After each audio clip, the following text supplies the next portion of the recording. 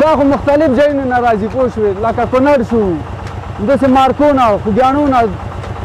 دغه ننګرهار کې چې هر ولسوالیو نه راځي دا لرګي ځي ورپسې باغونو ته باغونه الي لکه ځنګل باغونه یي هلته ګوري لرګي کندې ته نه الي چې ګوري چې کنده دې نه وځي لکه وسایل ورکوي نه ورکوي اسباب ورکوي هغسې لرګی بیا راوړي دنه د موټرو کندې وځي د باډیو دپاره او سیلنګ وځي کوټو کې چې هغه لرګي لګېږي همداسې تختې ته نه وځي هر شی وځي نو ووایه چې شی غواړې بس ته نه وځي د کورو چتو دپاره دروازو دپاره چوکۍ میز یو شي هر شی چې کارېږي دلته ته نه وځي دی لرګي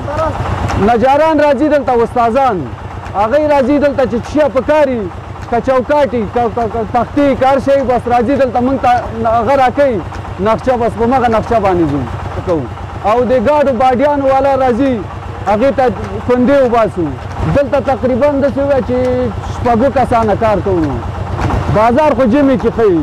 دې ځینه کابل ته هم خلک راځي لکه دې ځینه والي جلاپان یالي دې ځینه یالي هلته یې خرڅوي او ګوټکه وړي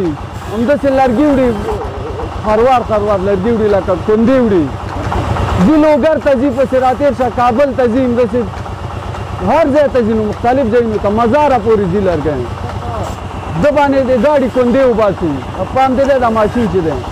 او دا چې دی دا خو مختلف چې هر کار باید کې وباسي کوم اسباب باید سامان په کارېږي چوکاټي